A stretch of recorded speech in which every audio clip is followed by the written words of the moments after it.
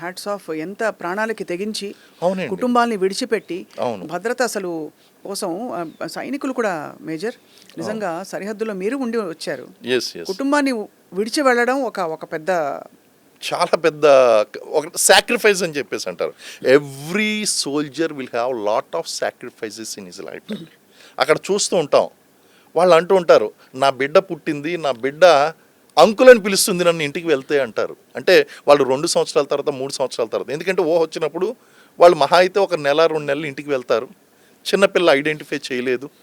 తర్వాత 3 సంవత్సరాలు 4 సంవత్సరాల దగ్గరికి వెళ్ళిన తర్వాత పప్పా అని పిలవమంటే డాడీ అని కానీ పప్పా అని కానీ నాన్న అని పిలవమంటే పిల్ల ఏమని పిలుస్తుందంటే అంకుల్ అని పిలుస్తుందండి. అలాగే ఏ తండ్రికైనా సరే, ఏ ఫ్యామిలీకైనా సరే తన కొంత ఫ్యామిలీ లైఫ్ లీడ్ చేయాలి. బిడ్డ ఎదుగుతూ ఉన్నటువంటి క్రమంలో ఆ యొక్క చేసేటువంటి ఆ యొక్క అల్లరి అదంతా కూడా చూస్తూ ఆనందించాలని ఎవరైనా కోరుకుంటారు.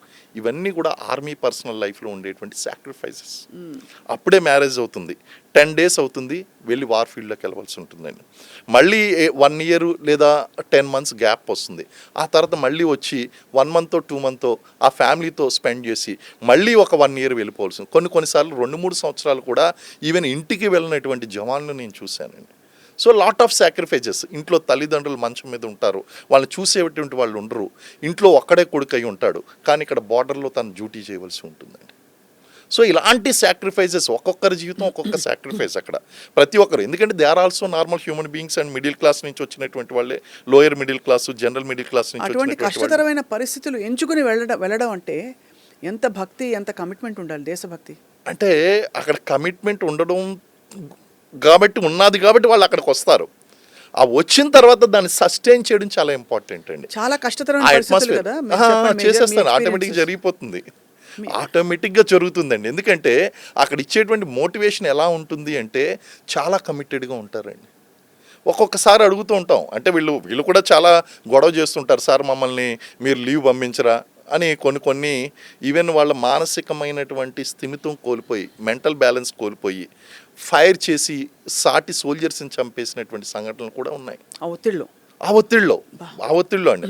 అలాంటి సందర్భాలు కూడా 1 or 2 incidents ఉంటాయి. కానీ వీళ్ళు ఎంతగా మోటివేట్ అవుతారు అంటే అక్కడ ఉన్నటువంటి అట్మాస్ఫియర్ కొద్దీ, నీకు ఫ్యామిలీ ఫస్టా కంట్రీ ఫస్టా అంటే వాళ్ళు కంట్రీ ఫస్ట్ అంటారు.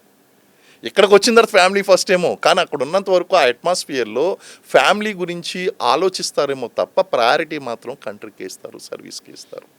అక్కడ ఒకటి అంటారు, అక్కడ company commander major as a company కమాండర్ని వచ్చి, దేక్ బहादुर अगर तेरे को ये काम करना है तो तू ही कर सकता है, अगर तू चले गया मेरे को प्रॉब्लम हो जाएगा, కంపెనీ के लिए प्रॉब्लम हो जाएगा అని చెప్పేసి ఒక మాట అన్నా అంటే, మా మేజర్ సార్ నా మీద ఎంత బాధ్యత పెట్టాడు, ఫ్యామిలీ తర్వాత ముందు నేను ఈ పని చేయాలి. వాళ్ళు ఎంతసేపు చూసినా సరే బాస్ అప్రిషియేషన్ అండి.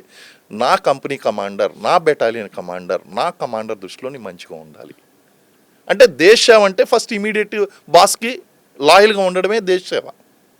సో ఆ విధమైనటువంటి కమిట్మెంటు, మోటివేషన్ అదే విధంగా వస్తుందండి. అలాగే వాళ్ళని ప్రేమగా చూసుకోవడం కానీ, అక్కడ ట్రీట్మెంట్, ఆ జనాలను చూసినప్పుడు వాళ్ళని కూడా, అంటే మన పాకిస్తాన్ ఆర్మీకి ఇండియన్ ఆర్మీకి ఉన్నటువంటి డిఫరెన్స్ అదే అండి. మేము గనక జవాన్స్ దగ్గరికి వెళ్ళాము అంటే కనుక ఖచ్చితంగా, క్యా బహదూర్, క్యా హాల్ హై, బచ్చే టిక్ టాక్ హై, క్యా ఖా రहे हो, सब थोड़ा रोटी खा लो, सब ठीक है एक प्लेट में डाल के देना, వాళ్ళతో కూర్చుని భోంచేస్తాం. కానీ పాకిస్తానీ ఆర్మీ ఎలా ఉంటుందంటే వాళ్ళు జమీందారీగిరి చూపిస్తూ ఉంటారు. అక్కడ వాళ్ళు ఏం చేస్తారంటే వాళ్ళ ఫుడ్ తినరు, వాళ్ళతో మాట్లాడరు. A lot of difference between them అండి. ఇప్పుడు ఎప్పుడైతే మనసులో ఆ యొక్క జవాన్ల యొక్క మనసుని గెలుచుకున్నానో నాకు యుద్ధ రంగంలో పెద్ద ప్రాబ్లం ఉండదు, ఆపరేషన్స్లో పెద్ద ప్రాబ్లం ఉండదు. క్యా బహదూర్ ఏ కామ్ కరేగా, क्या राम रिवांश ये हो जाएगा साहब आप चिंता मत करो मैं कर लूँगा. ఎష్యూరెన్స్ చూడండి, ఆ కైండ్ ఆఫ్ ఎష్యూరెన్స్. అది అప్పటికప్పుడు వచ్చినటువంటి ఎష్యూరెన్స్ కాదు, the way we treat them in the piece.